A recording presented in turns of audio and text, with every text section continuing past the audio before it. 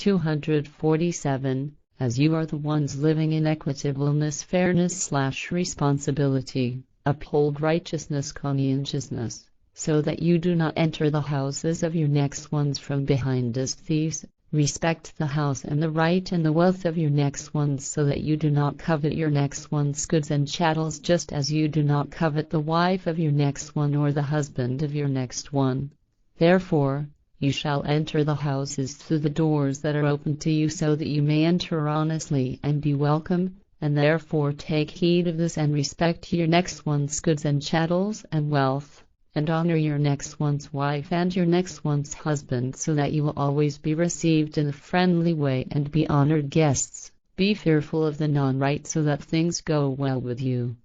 And if you are asked about the purpose of the moon and the stars in the firmament, then teach that the moon helps to determine that on earth, which makes possible the tides of the seas and the changes of the weather, by which everything thrives and lives well. 249.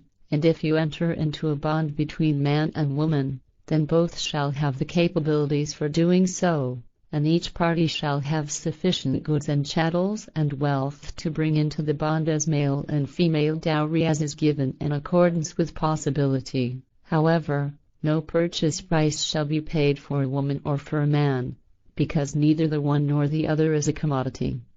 250. And if your bond of marriage is broken, then separate in honor and do not quarrel, rather divide your goods and chattels and your wealth fairly in accordance with the earnings as acquired by the woman and the man, so that the share falls to each party as he or she has worked for, and may he or she be satisfied with it.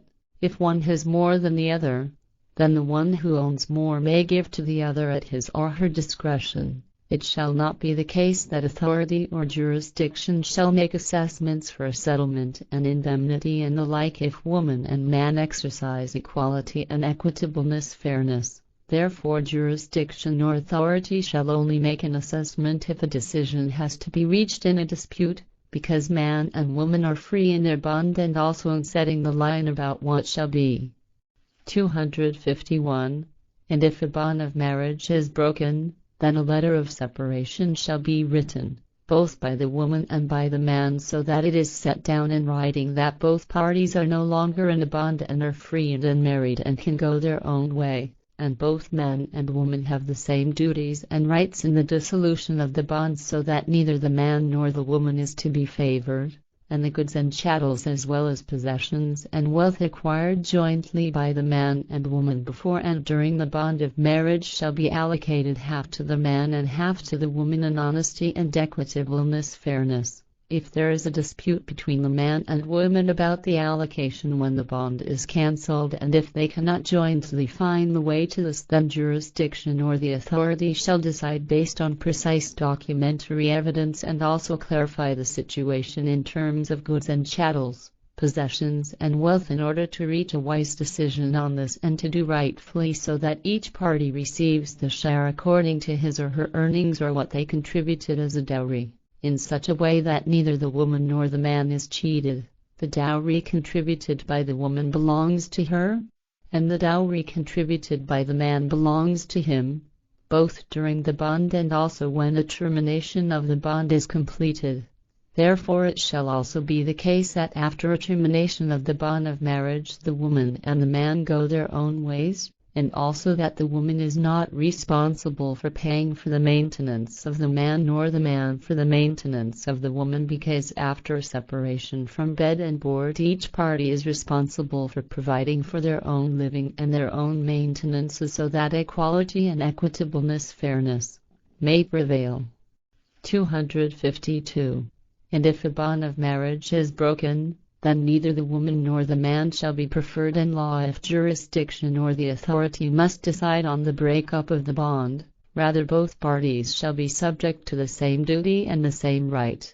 It is given, if the bond breaks up, that the children shall not be allocated either to the woman or the man alone for their upbringing and their welfare. Rather it shall be that a regulated reciprocity shall exist, so that the children stay alternately for a number of days with the mother and a number of days with the father, so that the children do not develop any dejection or extraneousness towards one parent, and both parents are responsible for the children.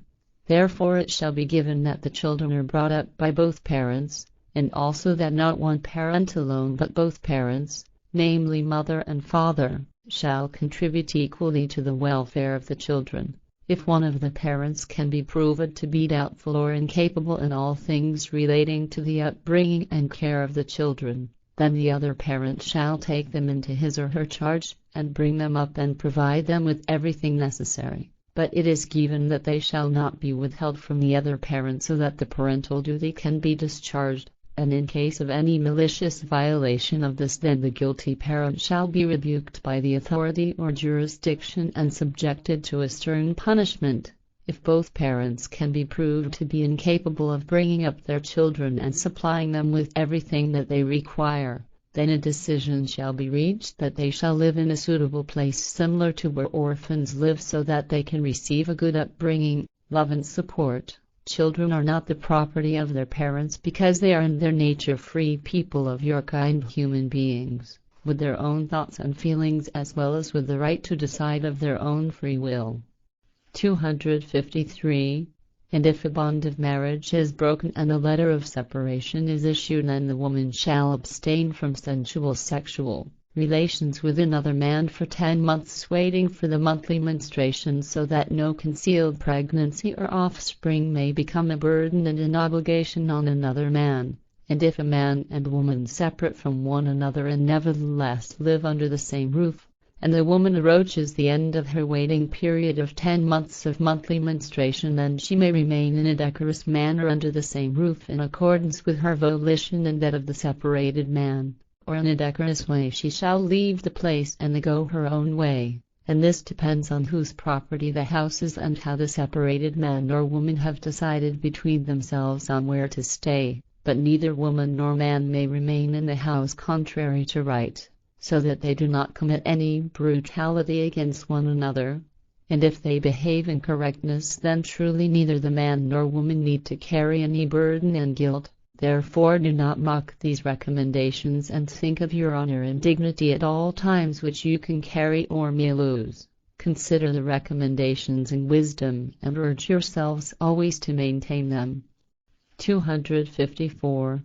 And if you have separated from one another as man and woman, then you shall not presume to revile the other party, slander them, or do anything bad to them. Therefore you shall also not prevent the separated woman or the separated man from entering into another bond of marriage if the woman or man has agreed with another man or woman in a decorous way. Truly, this recommendation is also an admonition that it will be more beneficial and more understandable for you when you follow this guideline signposting/leading thought. 255. And if an honorable woman becomes pregnant and bears offspring, then she shall be given all honor and rights of motherhood and shall be respected, and the child shall enjoy a good upbringing and nourishment. And no bad is to be done to any woman, or any ignominy heaped upon her for what has been created in her womb. And it shall be that the creators of her fruit admit and honor and undertake all duties by participating in the education and nourishment and welfare. 256. And if a bond of marriage is broken and a letter of separation issued, and the man and woman find themselves together again in reconciliation, then they shall be permitted to take one another back and enter into a new bond of marriage with one another. 257. And women have the same rights as men have in equitableness, recognition/approval/fairness, therefore men have no preeminence over women. 258. If a separation between man and woman has been pronounced and a letter of separation given, then they may join together again and contract a new bond of marriage. This shall not happen more than twice, because it is not permitted 3 times, since this proves that the relationship of marriage and the human bond between the two cannot be maintained and gives rise to discord. Therefore the man and woman discharge one another from the bonds of marriage in a decorous way and in kind-heartedness, and give one another the letter of separation, so that the bond may not be concluded between the pair on another occasion.